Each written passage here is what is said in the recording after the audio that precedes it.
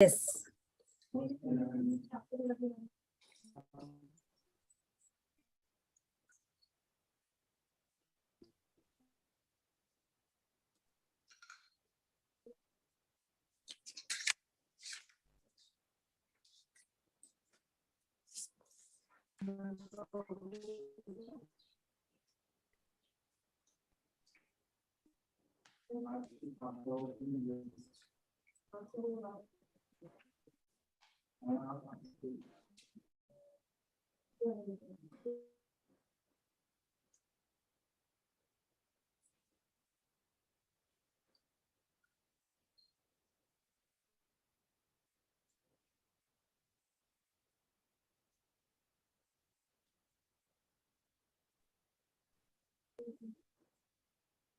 Rhythm start?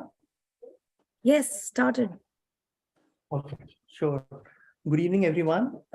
Today we've got a very special session today in our IMA YLC evening session, which we do every month.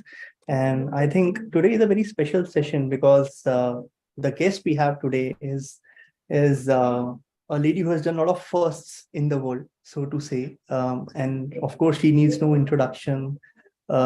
She was in fact one of the first, in fact, the first Indian woman to get an MBA from the coveted Harvard back in '82, when people wouldn't sort of dream of going into Ivy League. She was also the first woman president of FICCI and first woman to head a foreign banks operation in India and then took up global roles. Now the senior advisor at Rothschild India and Edmund Private Equity, and also non-exec director on various boards of global and Indian companies. She earlier was, of course, we all know on the board of HSBC Asia Pacific and chairman at HSBC India. And she is somebody who was been deeply involved in the banking and investment circle. And post her sort of stint, she's also been doing a lot of inspiring work in the space of sustainability, or WASH, as they say in UN WASH. And she's also written 3 books, including bestsellers like 30 Women in Power and Survive or Sink, an action agenda for sanitation, water pollution, and green finance. And today's conversation is also going to be pivoted around the aspects of sustainability-led growth and sustainable growth and how they sort of interplay. And I'm sure most of us in many of our earlier sessions with a lot of guest speakers have touched upon this well-saturated sort of a word, which is called ESG. And within the governance of ESG, all companies have their agenda of net zero, starting from world leaders up to corporates. We've all seen in annual reports and in presentations and thought papers and white papers, the whole concept of net zero, when your company is going to be net zero. And before I talk about the details of how to get to it, I just want to, of course, welcome Naina ji and have your initial thoughts around what do you think about this whole buzzword of people pursuing net zero? Do you think uh, we've seen what has happened at COP27, and there are ambitious targets which global leaders are committing to, but we know the reality is a far cry from the ambitious goals of world leaders. From where you sit and the kind of helicopter view which you have across economies globally, where do you see the mindset of net zero? And do you think this race to net zero is practical enough? And how should we interpreting it? So, Karthik, let me start by saying it is an honor to be amongst you all today. It is, of course, very hard to say no to the dynamic Karthik, who pursued me to do this with you. But I'm particularly delighted with how quickly he agreed that this concept of sustainability be the format for our discussion today. And delighted that we can address this. So, to your question, Karthik, the whole how do we get to net zero and what is net zero is quite good to just reflect on. So let me kick this off by saying that we know that climate science tells us that the buildup of greenhouse gases in the atmosphere is clearly associated with an increase in temperature on the planet. I think the discussion on that is fortunately not being questioned. Not by anyone, not even by Trump anymore. So to date, what we see is that the Earth has warmed up 1.1 degrees relative to pre-industrial times. And that warming comes and therefore brings increased severity of flooding, which we are seeing everywhere, increased prevalence of things like heat waves, and a whole range of physical changes to the environment around us.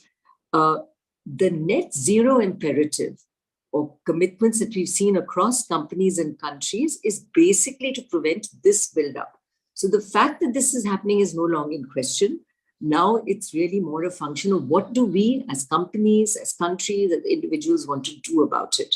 And there are certainly parts of the economy that contribute directly to greenhouse gas emissions, things like the power system, mobility, transport systems. There's a whole set of energy and land use systems ranging from power to mobility to industry that contribute directly to emissions. Let's take transportation and mobility as an example, and hence the whole focus on EVs. That system is essentially composed of an entire set of sectors, an entire set of companies and countries, as well as individual and consumers participating in the system.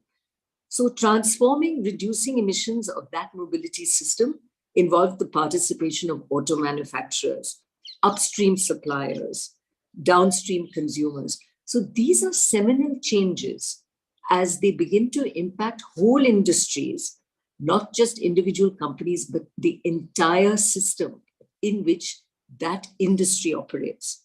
And the reason I give this example is to say that as we think about the transformation to net zero and the economic shifts that would be involved, it really is a whole of economy universal shift. And, it's not as if it is, okay, I'm the cement industry and I have a large carbon footprint, so I have to do something about it. The entire building sector, the entire infrastructure sector has to look at what it does with it.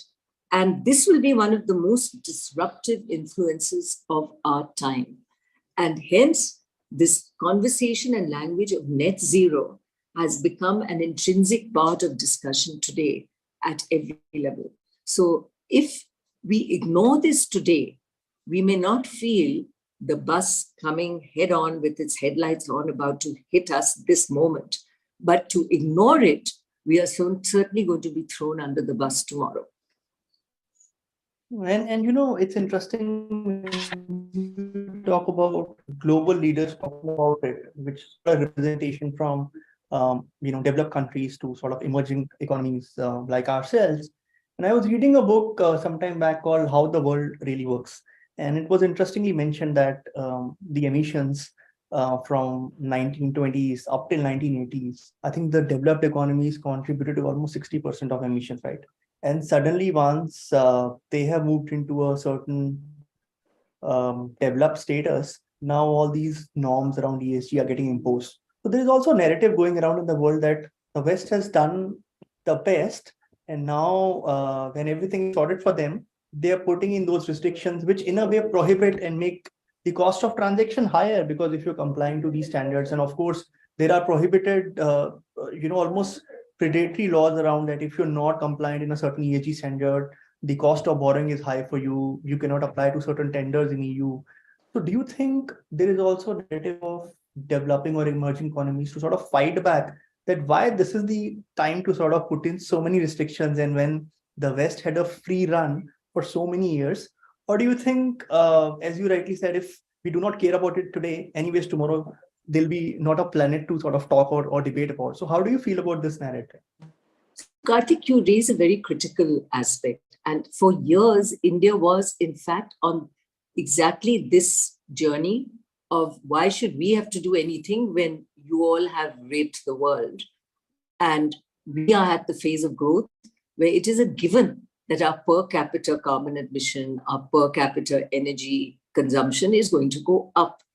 And I think that understanding is now there for the world. And hence there was a commitment, which sadly I don't believe has been met sufficiently, but a commitment for a global fund to be set up to help with the just transitions, the transitions which enable countries like ours to make this transition into a much more even and energy efficient environment. But there is an understanding of this. And I think, therefore, it is not for us to abide by the prescriptions of the West, but to do what is right for ourselves. And the good news here is that there's enough that we can do, which enables us to benefit, not just for our country, but by doing so, we are able to be part of a global journey. And the one that we embarked on as a country was everything to do with renewables. We set very aggressive targets. We are amongst the largest renewable power generators now already in the world. And that is a win-win. It's a win-win because we have such a large fossil fuel energy import bill that it messes us up in terms of our current account deficit. It plays with us when you have the volatility like we've had in oil prices. So why not have a strong domestic renewables business? So it becomes a win-win even while we play to the gallery of carbon containment. So we can pick and choose the areas that help us. I think the important thing here is there's also pushback happening in the world where there are think tanks, thinkers who are saying companies are in the business of making profit and all this ESG stuff is rubbish, it's a distraction. Companies have to only generate dividends for us as investors. And there has been pushback, therefore, and these discussions will continue to happen. What is the mission of a company? What is the mission of a country? What is our place, depending on where we are in the world, are all areas which will evolve. But the interesting thing is, and there was some of these discussions happening even in Davos, where there were some business leaders who were being criticized for being too ESG oriented.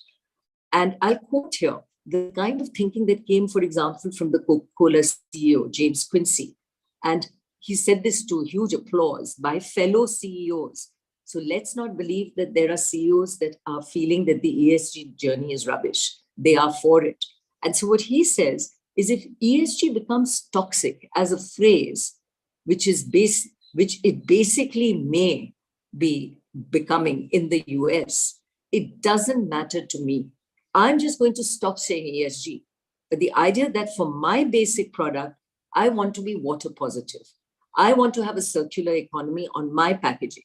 And I want to grow our business with less sugar. You can call it anything you like, but no one with common sense says that those are bad ideas. And likewise, so he goes on to say, my business strategy is constant and clear. It's centered around business and things that consumers care about and that fix societal problems. If people want to attach labels to it, that's their issue. I'm saying this business will be great if I fix these problems, and it will be good for shareholders and good for society. So very public statement. And likewise in Novartis, where the CEO of us, Narasimhan, yes, of Indian origin, what did he have to say on the topic? The reasons corporations exist at all is because we believe the profit motive enables us to advance society and solve problems.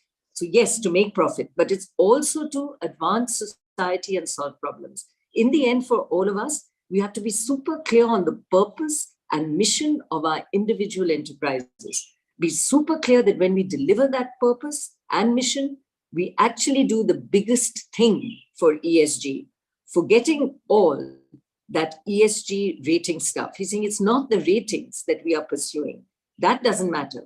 If we actually deliver on our mission in a sustainable way, that's why our corporations exist. And if we can articulate that clearly over time to our people and the public, I hope we can win back the narrative, because the whole reason that we have this ESG industrial complex is because we have a little bit lost the narrative. In my company, the best thing we can do is find medicines, give them to people all over the world. That's the best thing we do. Forgetting all the other stuff, and I'm sure that's true for all the other companies in the room. So each one defines it in terms of, here is my mission. Here is what I exist for. And not all of it is just profit. And we cannot ignore the sustainability agenda. Now, Indian firms still face key challenges towards the net zero goal. So we have significant challenges. There's a lack of talent, there's limited resources in the journey towards net zero carbon goals. And in fact, there was a report recently which said that 24% cite the complexity of the transformation as the issue. And 25% point to the lack of talent and expertise in implementing net zero initiatives. So easy for us to say we should have it. What do we need to do? How do we do it? 23% specify limited resources to support net zero initiatives. So all of this, in fact, according to the report by Forrester Consulting on behalf of Amazon and the nonprofit Climate Pledge, over 2 in 3, that's 71% businesses in India and 70% across the Asia-Pacific region, identify collaboration as critical to clearing these roadblocks. So that's one of the solutions. I don't know how to do it, but can I collaborate with others and with each other to achieve this? 63% say the lack of access to peer networks. So what you're doing today, Karthik, creating these discussions are very important because cross-sector communities is a top challenge impeding climate collaboration. And the study also says that businesses in India seek to accelerate collaboration most in the areas of renewable energy. We have seen that. It is a good success story. Nature-based solutions, about 43% in fact have found that, and decarbonizing transport and logistics emissions. So about a third of businesses in India shared that engaging with ecosystem partners at a strategic level is part of the company's approach to environmental sustainability going forward. So the solutions are going to be hard to find within ourselves. We have to seek partnerships and collaborations that help us drive this. Long answer to a tricky question. Yeah. No, but I think you've raised more questions at the same time as well. So when we talk about businesses, like the Coca-Cola example, I would imagine that most of the audience sort of understand that how it really, positively impacts their business model as well. But there are certain businesses in which I have also heard the conversation that it's actually increasing the cost of my transaction to do sustainable sourcing. I've seen a lot of time in the textile industry, these conversations that do everything sustainable. It just, the margins are so wafer thin that it increases the end price and then the customer is not willing to pay, especially in certain markets like in Asia Pac, where consumer is very price sensitive, very hard for them to absorb those costs on their own. So I think that's on the business side.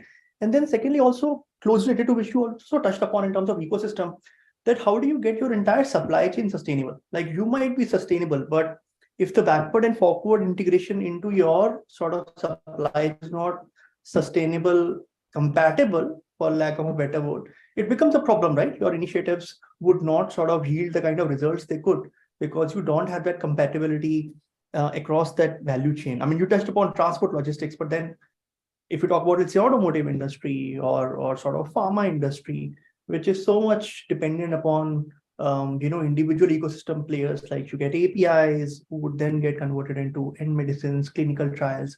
Automotive is such a complex industry. Manufacturing at large requires the entire vendor and supplier ecosystem to be embedded within your sustainable goals and decarbonization goals as well. How do you see that interplaying, especially in the emerging economies where the maturity index of most of the ecosystem players, even if you have as a company, but your vendors and supplier bases are fragmented, how do they get into the umbrella of sustainability? So let me start by answering this question in terms of the supply chain, because it's a very important question, Karthik, and I'm glad you've raised it. That, in fact, I was seeing a conversation of a majority of Fortune 500 CEOs, where 58% said that they have a plan to achieve net zero greenhouse gas emissions by 2050 or sooner. So they've set the target way out there. And one of the reasons is exactly for the reasons you mentioned, that you don't want to give up profit. That journey is a slow journey, but at least the commitment and direction is set, even if it's way out in 2050. And that, by the way, is up from 36% only last year. So it's gone from 30 to 58%. So more and more companies are joining the journey. So they are saying they are embarking on the journey, which means that they will look for sustainable suppliers down the line. So if you don't tick the sustainability matrix, they can't use you. So now the key question is going to be, are they prepared to pay more for a company that is indeed a little more costly. And I have to tell you, when we were at HSBC, we were one of the early banks that went on this whole journey, that when we shifted our visiting card and printer guide to someone who could give us the sustainability certificate, we ended up paying 15% more for that. But we believed it was important, we could do it. That is a tougher decision. But most will say that they want it. It's a minimum criteria to even get an order. So if we are a supplier to a large corporate to whom the net zero commitment matters, you can be sure that you won't have a business with them. So that choice is yours, right? And if you are part of their supply chain, maybe they help you along the way, maybe they give you a little time. As we did at the bank, we said, look, if you can commit in the next 3 years, you will be. We will work with you today to ensure that you continue as our supplier tomorrow. But that commitment has to come from you, and we will monitor that journey. Yeah. But here's the catch. Only about half of those CEOs, Fortune CEOs, say they have included Scope 3 emissions. So those that come from suppliers or customers using their products. So Scope 3 has become an important measure going forward, but people are still confused how to use it. And the fact is that all these CEOs have still not included Scope 3 emissions in their targets or in their plans. And it's mainly because of the difficulty of tracking emissions of suppliers and customers. So the good news is we all have time to get the direction set. It's also, unfortunately, today a loophole large enough to make the climate effort collapse. So for many companies, Scope 3 accounts for the lion's share of their emissions. And excluding Scope 3 actually creates an incentive for big companies to just simplify, to simply just outsource the dirty stuff, right? So if I don't include Scope 3, anything that I shouldn't be doing, if power generation using coal, I stick it somewhere else. So that is, I think, what is going to come under more and more scrutiny. And in fact, it was interesting to hear what the BCG Global Chair, Rich Lesser, had to say, where what he said is that we've devoted an enormous amount of time and energy in the last couple of years to pushing for business action on climate change. For so many downstream producers, whether in food or auto or construction or electronics, most of the emissions footprint is not from the carbon produced in their own operations. It's from carbon that was in the supply chain.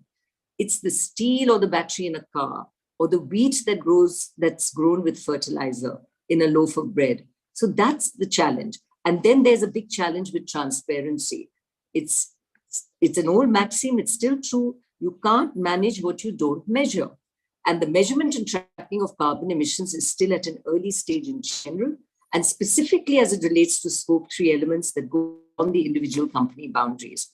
There's still a ton of work to be done. So it's an early part of the journey. But can we ignore it? Absolutely not, because the desire of companies to move in that direction is clearly there.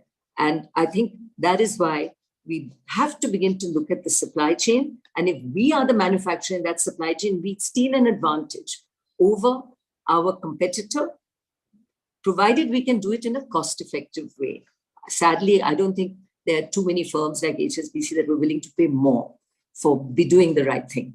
But I think it's a matter of survival over time. If you don't do it, you won't have a business. So you might as well start doing it, but look at doing it in a cost-effective way. And I think as we look at this, at what may is the world of finance, which is looking to support companies that are going into a sustainability journey. And that availability of finance may help us as we look to become more sustainable in the businesses that we are indeed driving.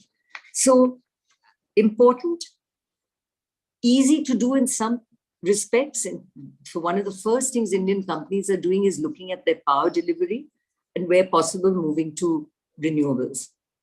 It's readily available. You don't have to even do the renewables yourself. You find a renewables company, you enter into a contract, and then you clean up your renewables chain. If you look at Coca-Cola, they had to do what they did in water. The Coke factory in Kerala was shut down by the community around the factory because they believe Coke was taking more their water and they were running short. So Coke had to demonstrate that they were indeed only using the water and reusing the water they had. They were not punishing the community. Indeed, today they can even demonstrate that they put back into the community more than they take from it. So it's both the practice and circularity, but also the communication. And so you cannot ignore some of these factors as you head into the journey of sustainability. Right. And now sort of switching gears a bit and getting into looking at it from a government and regulatory standpoint, what kind of incentives or what kind of regulatory mechanisms you feel that governments and regulating bodies can put in place to sort of A, to incentivize, and B, also tightly monitor that there's no greenwashing being done. We have heard so many global reports of companies engaging in that, and also around, you mentioned about reports and metrics. Since the technology and measurement is so nascent in its stage, there have been reports around manipulating and sort of reporting it wrongly. We have heard so many cases, right? So how do you see the role of government and regulatory bodies in both incentivizing and tightly monitoring greenwashing? Yeah. So, it's a great question, Karthik, because there's a lot of confusion out there in terms of the metrics, because there are like over 500 metrics available out there, and companies just pick the ones that suit them. And it becomes very difficult for those of us, for example, like I'm always interested in comparing or understanding where finance might go. It's very difficult to establish who is actually doing better than another and who deserves the accolades. So the good news is that there is some convergence and an effort being made in Europe in particular to converge these metrics into the one main one, which companies and countries can be measured against. And India too, a noble effort made by the Ministry of Corporate Affairs with the Business Responsibility Sustainability Reporting, which is required now of the top companies, and it will keep going down deeper and deeper into manufacturing companies. It will not be limited to the big guys. And our own SEBI has picked up a lot of what is in the BRSR, but also made it even stricter than the Ministry of Corporate Affairs norms. So in India, we've got our own norms, which are largely created through a convergence of what the offshore norms are. And then having said that, many of our listed companies, because they rely a lot on foreign investors in their shareholding, demonstrate that they are part of global indices and they do well. And we have Indian companies that are amongst the top 3-4 companies in their entire industry globally in terms of ratings. So like the Dow Jones Sustainability Index, Global Index, the MSCI Index. So there are these indices which these companies are now demonstrating, Indian companies, that they are amongst the global leaders in. So we have actually achieved a fair bit as our large Indian companies go. We have and use these guidelines that are established by global indices, but at a minimum, we have to subscribe to the two main Indian indices, which is what SEBI said, and the Business Responsibility Sustainability Report, which these companies all have to conform to. Now, so that's one way that regulators and government, they've helped us in that they've created the one report. They are pushing us to do it. There's no incentive. It's pretty much a stick approach right now because you have to do it. However, I think the incentive for us will be finance, because finance plays a very key role, and focusing on financing for these just transitions with compensating mechanisms, whether tax, whether subsidy. I mean, look at the subsidy that EVs are getting. The EV industry in India, whether two-wheeler, four-wheeler, is unprofitable at current prices unless the subsidy is there. And the subsidy can be as much as 40 to 50% of the product price. So government is providing subsidies in the areas it believes is important. Then energy access and financing therein. All these help. And finance for some of these domestic programs as we go to China Plus One are all, I think, going to aid and assist us in this journey. Carbon markets, I'll give you a very interesting example. One of the companies I'm on the board of, UPL, makes a fungicide which destroys the stubble, which, as you know, is left after wheat and rice is cut in North India. And this is the famous stubble that is then burnt and pollutes the entire northern Indo-Gangetic plain. This fungicide in 3 weeks destroys the stubble, and it's much better for the soil because you don't scorch the soil and it becomes super fertilizer for the farmer. But the farmer needed to be able to make the transition. They don't usually like to try new things. And induced trial was possible here because this product was given for free. And the way it was being able to given for free is the company packaged it with carbon credits. So carbon credits got made available because you were saving the atmosphere by not burning it. And that enabled the product to be given for free to the farmer. So, these aspects exist. They require people who can package, can help. And lo and behold, you've now got thousands of villages and areas across the north which have adopted this product. And I'm hoping that we will soon not have to suffer the choking that we have in the months of November when the stubble burning begins to happen. So green bonds, I'd love to say that we can see preferential filing. The good news is most banks are raising green bonds. Companies that are eligible are applying for this. It's sadly not happening at a concessional rate, but the good news is there's money available. And in some cases, the money was made available to, for example, to a renewables company who maybe was not quite risk worthy. I may have hesitated in the normal course to lend, but now because I had raised money as green bonds, I needed to lend it as a bank.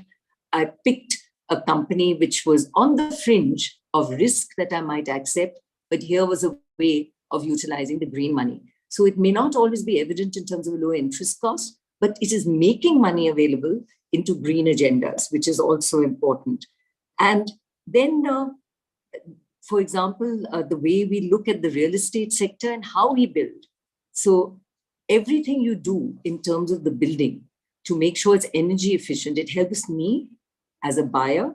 If I live there and my energy bills are going to be half because the material used by the builder is such that cuts my energy bill, it benefits me and it benefits the builder because he can demonstrate that his building is a LEED Platinum or LEED Gold building. And you're seeing this benefit, for example, in the builders like DLF, who take pride in the efficiency of their buildings, and they get these listings, and that translates to a higher premium price that consumers are prepared to pay because it saves your energy cost, it ensures that you have water 24 hours, etc.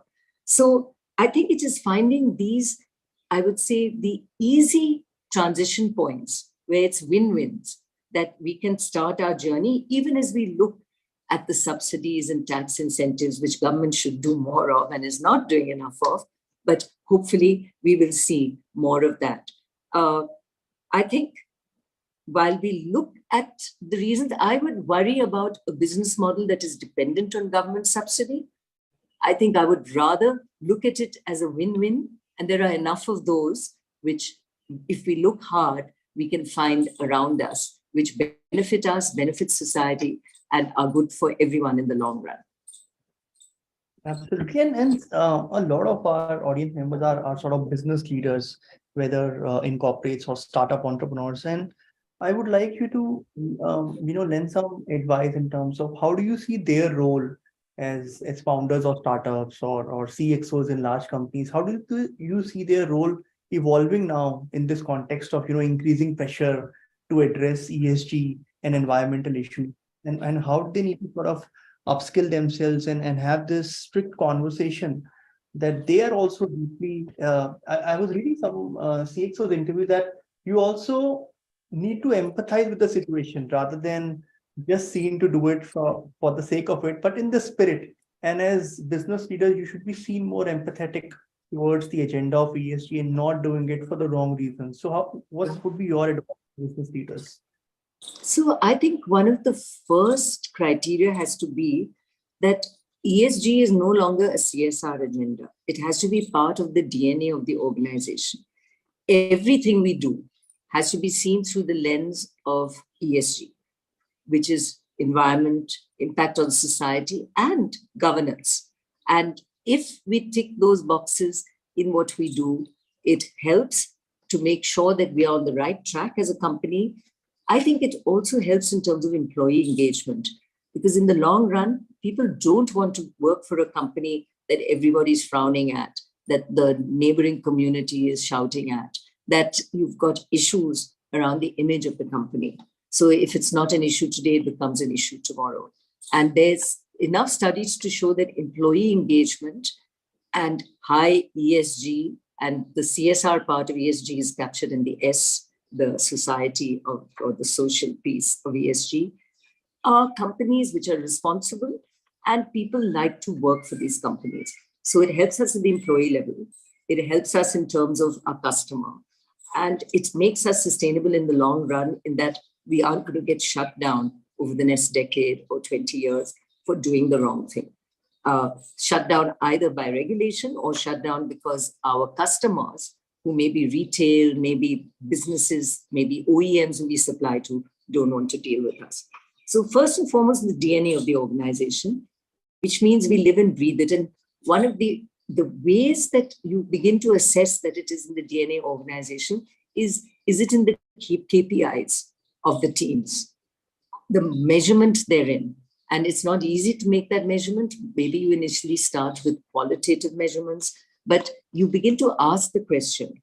And in that employee review, if you ask the question of the individual, how have you contributed? How do you think you can do more? The person begins to think about what those answers might be. And you begin to force people to embrace these norms. You celebrate success. You have programs which you run that are part of ESG, but you make it part of your employee program where people volunteer for it. And you celebrate them as climate champions. You have town halls where they come up, they receive a certificate at the hands of the CEO, they're applauded, it's there in their review. Hopefully you're able to give them a little more money because they've demonstrated right behavior, etc. And all of these help in terms of the right culture. And they are really very small things, but they go a long way because people begin to believe in the fact that you care and that you want to create this culture. I think, ESG metrics as they evolve, even if you are not today being measured because you haven't signed up to be part of a Dow Jones Sustainability Index, etc., like some of the big companies have, I think you can begin to look at some of the parameters. And if you think about it, you should be doing this anyway. Number one, what is your carbon footprint reduction? It is an important ESG metric. So do you even know what your carbon footprint looks like? And what do you think you can do without suffering any extra cost, but at least know what that journey looks like and what you might do? A second would be energy efficiency improvement. I mean, that's a win-win. Energy costs are high. Why would you not be energy efficient? What can you do to improve that? A third would be employee health and safety. Isn't it obvious that you should be looking at this? The only difference is in an ESG report, you have to talk about it, be transparent about it. Product safety, isn't it obvious? You should be doing it anyway. The difference now is you begin to look at how you can measure, how you can be transparent, how you can demonstrate that you're improving every year. Establish business ethics, the whole governance piece. And then there are aspects like the diversity of your team, the diversity and inclusion that you have. So I don't have a fight with any of these criteria. Well before climate was an issue, and I was CEO of banks and companies, and frankly, talking to CEOs of companies, If you ask them, they were measuring their business on these criteria anyway. The only difference now is that you have to be able to have metrics which you can evolve to. So the first journey is you should begin to assemble the data. You should make sure you have a good story to tell. Then the next journey will be, yes, sign up for measurement, whether you take the help of an outside firm or hire someone who understands this. And then you become part of a journey where you're transparently putting it out there in terms of your report and the study that you've made. So I think it sounds tougher than it is, because when you look at it from outside without fully understanding it, you sometimes think it's a hoopla. You jump to the conclusion that it's going to be high cost. But any of the things I mentioned to you are not high cost. They are actually safety factors that you need in order to protect your business for the future, in order to attract talent, in order to make sure you get finance, and in order to make sure you get the business that you're seeking from the large companies who are going to force this down your throat otherwise. Right. And, one of the conversations or other debates around ESG always tends to be that, yeah, it makes business sense. Yeah, it is aligned to the strategy, but it's a bit sort of medium to long term. And in businesses, especially in current times, people are not even sure how their next financial year is going to be. People are doing quarter by quarter tracking now in terms of cash flows. So how do you see, especially in current economic situation, that, there is a pressing demand on resources, and when you have constrained resources, especially from a financial capital perspective, how do you manage allocation for short-term immediate priorities which may not be very sustainable versus long-term sustainable practices which would reap a lot of benefit for your branding, for your business, for your ratings, and so on and so forth, but which may not be, as they say, immediately recognizable, right? So as a business leader, how do you then manage this allocation and do a trade-off? So Karthik, I think there's no one answer to this, because it depends on your company, the journey you're on, what is your cash flow. If you're fighting for survival, of course, you're not going to do any capital costs. But in the process, can you do some of the softer qualitative issues around employee health, safety, etc.? So you begin to focus on the things that are doable at that point of time. But the important thing is, have you even analyzed to see what you're required to do once you're over a rainy day, and the journey you set? Because let me tell you, as a banker, I don't expect you to transform everything overnight. But I may not give you the money if you haven't even thought about it. If you can even show me that over the next 3 years, this is the journey you're going to embark on, that you're actively looking at renewable energy to replace your coal-based energy, which, by the way, is today quite price competitive. You don't pay more for renewable. You just have to demonstrate that you have the source tied up, or what you're doing towards that journey. So I think looking at that journey, being clear for yourself where you want to go, and then as and when where funding is required, you begin to allocate money when you can. And sometimes you will find finance available in ways that you had not dreamed of, because you are also being helped along the way by those that want you to turn green. And you could have that conversation with someone you're supplying to, and will that OEM, will that company help you on that journey? Banks most certainly are going to be requiring this more and more. Banks are looking at the risk of companies that are not thinking about these things. So am I going to lend to you if you are seen as too risky because you haven't thought about these things, you aren't doing the right thing? So in each case, it will vary. And the answer has to be, you have to balance it, but you cannot ignore it. You cannot say that I'm in such a bad way, I can't even think about it. Develop your plan. Then as and when the funding is available, as and when you're out of the deep hole you're in, you've just come out of COVID, you're just beginning to perform, you can go down that direction. But not everything has a cost. And sometimes you save money. Even if you have to spend a little more to switch your power to renewable, you may actually save money in the long run because your power bill comes down. So, and there is capital available to you today. that helps you set up your solar panels, etc. But are you even thinking about it? Then if you reject it because you can't do it this year, it's another story. But have you even thought about it? Right. And interestingly, you mentioned about capital, and now I also see a lot of venture capital firms thinking about ESG while making investments. One of our Absolutely. members, Pranav Pai, who's Mohandas Yeah. Pai's son, we have 314 Capital. He appointed somebody as the chief sustainability officer in a venture capital firm, which was sort of unheard of a couple of Absolutely. years back. So how do you see that? Because you mentioned that that could be a big motivator, that at least as entrepreneurs, are you even thinking about ESG? Is it in your roadmap or not? And sometimes when you are at the startup stage, seed or sort of pre-series A stage, you typically don't tend to think about these things. But do you now also see from a investor's lens these things taking a prominent role in the conversations when they do with Absolutely. founders? And I think Sequoia has actually published something as a guidance to its portfolio companies on this front. So you get that kind of active engagement, and they may help you think through it well as well. But that's exactly my point, that if you ignore it, in the long run, you're dead. So you have to start thinking about it if you want to access finance, whether it's from the investor community, particularly the international investor community, or indeed from banks as well.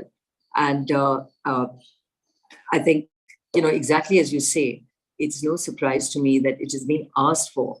Because by the way, that same venture capital firm, when it goes to raise money from its principals, that question is asked of them. And some of the biggest investors, like the Canadian pension funds and all, they won't touch anything that doesn't meet these criteria already. Yeah. I sat on boards like the Nestle board 10 years ago, and one of the big investors there, Norges Bank, which is the Norwegian sovereign fund, wrote to each one of us directors 10-page letters telling us what they required of us. And most of it was to do with asking these questions around sustainability. So 10 years ago, so you can imagine what that journey looks like today. We can't ignore it. And unfortunately or fortunately, we do access Western capital. India does not have enough equity finance to support everything we want to do here. And that world is moving in this direction. So we can't ignore it. And even Indian banks now are being required to look at all of this. And as I already mentioned, the regulators are forcing this on our large companies, and it's not going to stop there. So we are going to have to be able to write it out for ourselves. And you don't want to hang your head in shame and be at the bottom of the pile in terms of what you're doing or what you're not doing in terms of sustainability. Right. And I am also going to now take up some audience questions, because we have, I think, didn't even realize the clock. We've only got 10 minutes or so left. So one of the questions is that we've talked about metrics, and you touched upon that there are more than 500 metrics, and it can be a bit overwhelming for a lot of businesses, especially the MSMEs and the startup market, which now in fact represents one of the large base of the Indian economy. So where do I start? So from an actionable takeaway from this session, if I'm talking on behalf of audience, like what's the first step, agnostic of the industry, what's the first step I can put in place in terms of reporting standards, having some basic high level metrics in place? What would be your advice to the MSME company? So, as I mentioned, the key criteria in ESG metrics, the carbon footprint, energy efficiency, employee health and safety, product safety, business ethics, these are well set out. And maybe therefore a starting point is the sustainability report that we're going to be required to do anyway in the Indian context. And you begin to look at what you can say against each of those criteria. So at least you're ready for the Indian sustainability side. Then if you do well, you begin to look at these offshore indices if you're a listed company. The Dow Jones Sustainability Index is quite interesting, and it varies sector by sector. So what I mean by that is that if you are in the pharmaceutical sector, the environment weightage may only be 15 to 20%. The S weightage will be 40, 50%, and the balance is G. If you're in the cement sector, 40% to 50% maybe on the E, etc. So they are given different weightages and they change year to year. And by the way, they become stricter and stricter. So a company which is sort of right up there in terms of the rating this year, and I know a couple of these were very disturbed that their rating fell the next year. And it's not like they began to do less, but because others began to do more. And the expectation also goes up and up. So these ratings also keep evolving and changing. But having said that, I think the first starting point is to make sure the boxes you fill. And then if you look good, go for one or two of these global indices, which then help in terms of, you're being able to say that, oh, by the way, on the Dow Jones index, I have a rating of 3.6, which is, a very acceptable rating, etc. There is a very large move, which is more challenging, which is on science-based criteria. And this is now to take care of what a large number of companies were being seen as greenwashing and 2050 commitments, etc. So, for example, the board of the company Holcim that I sit on embraced these SBTi norms and actually publish what that result looks like. So everything is measured and put out there. So it's very credible in terms of what does the journey to 2030 look like? Why do you believe you will be net zero by 2030 and how are you going to get there? So that becomes, I think, like the last level that you begin to look at because you are then measuring everything. So it's a question of which part of the journey you start on. But at the outset, I think just building your own data, and you may find it's easier than you think because you're doing a lot of these things anyway. It's just a case of pulling it together. Even today, I have Indian companies who are rating quite well on some of these global indices, saying, we got rated poorly on this one criteria. And the reason is we didn't tell them about what we were doing there. So some of it is that you're doing it and you didn't realize it would be given such a weightage. And now you can tell your story better. So you're just pulling it together in a way. Or it can be, oh, we were ignoring this area because one of the new things that has come up, for example, on one of these indices is biodiversity. And companies are like, how am I going to work in biodiversity? But I got a low score there. So what can I do that helps my scoring in that area? So it's sometimes and if you can't, you drop it. But if you can, you begin to look at what you can share there so that your scores improve. So it is a journey. And I would encourage everyone to start that journey at whatever point you're at. And you'll find it's actually easier than it looks, but don't ignore it.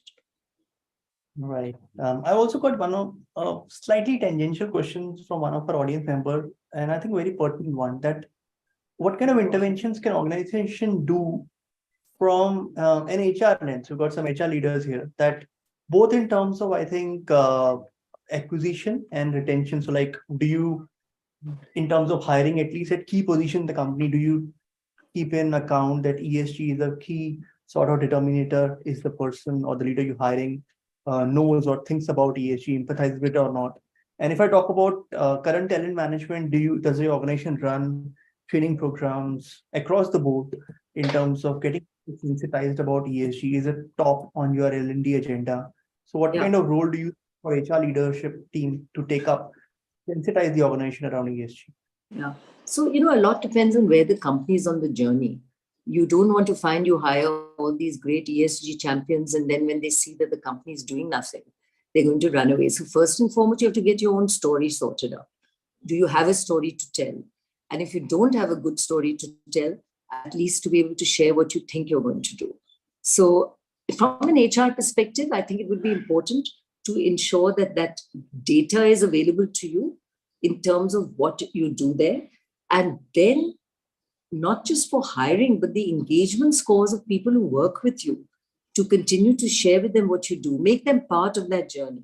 I mentioned, climate champions, have programs where they can join some of the initiatives the company is involved in, take them out to see what the company is doing. So they realize that you are a responsible player in what you're trying to do.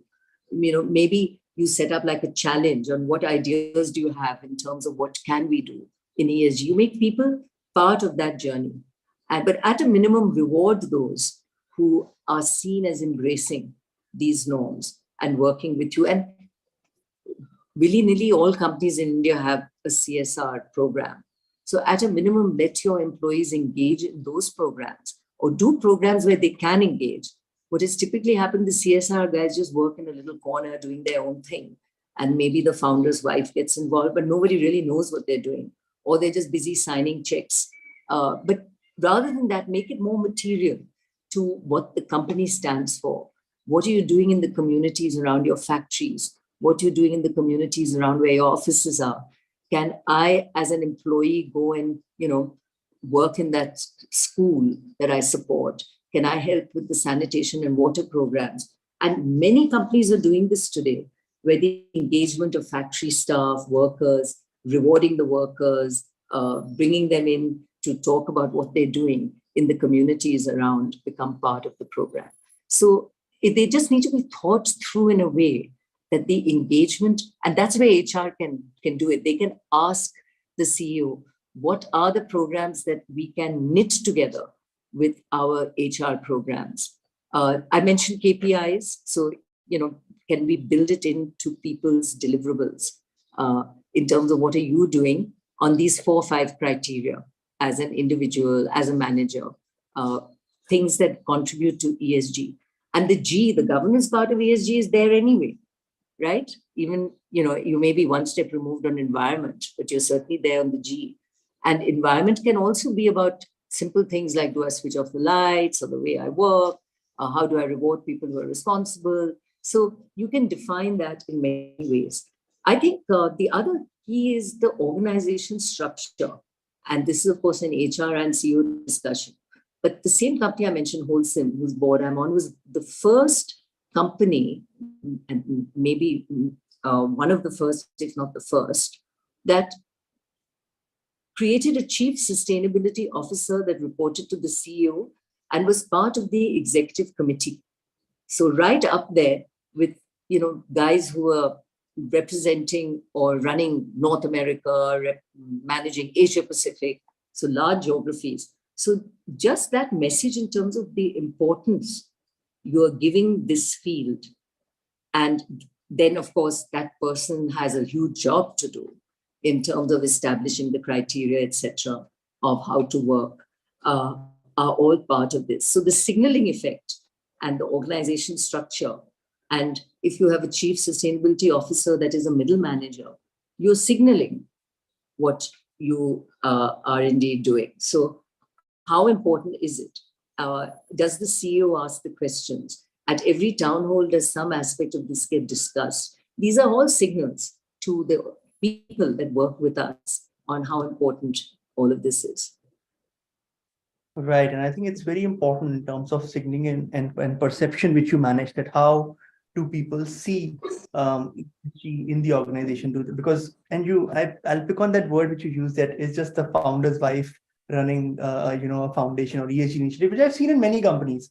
So I think it makes a lot of sense that does the leadership team, right from CEO and founder's office, do they see it as a supplementary sort of a thing, or do they see it tightly integrated? Do the ESG head or chief sustainability officer, do they have a board seat, for example?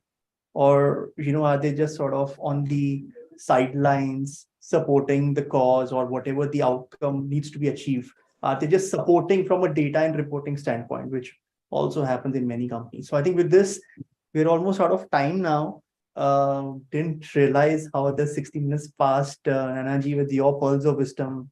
And I'm getting so many messages from people that it's been a very interesting primer for a lot of the leaders here into ESG, because many of our leaders who are present here have heard about it, have read about it. But I think this has been a very short sort of MBA into ESG and what's happening really in the world and how you can start thinking about it. And I think I'm just going to sort of conclude with that one line you said, that if you're not sustainable, if you're not thinking about it, then very soon you would not be sustainable. Like you wouldn't have a business to run or talk about. So I think that's the key takeaway, that we have to start talking about it, thinking about it. We wouldn't have a business to talk about. So with this, we are at the end of today's session. Heartfelt gratitude to you, Nanaji, for taking out time from your really busy schedule. I think it's an honor and privilege for all of us here at IMA that we could share this evening conversation with you on such a very important topic. Our heartfelt gratitude to you. Thank you, Karthik, and thank you for covering such an important subject. I hope that you can get your membership to learn from each other in terms of what each is doing and help on that journey. So thank you. Thank you very much. Thank you, everyone from the IMA family and our audience. Have a great evening ahead. Bye.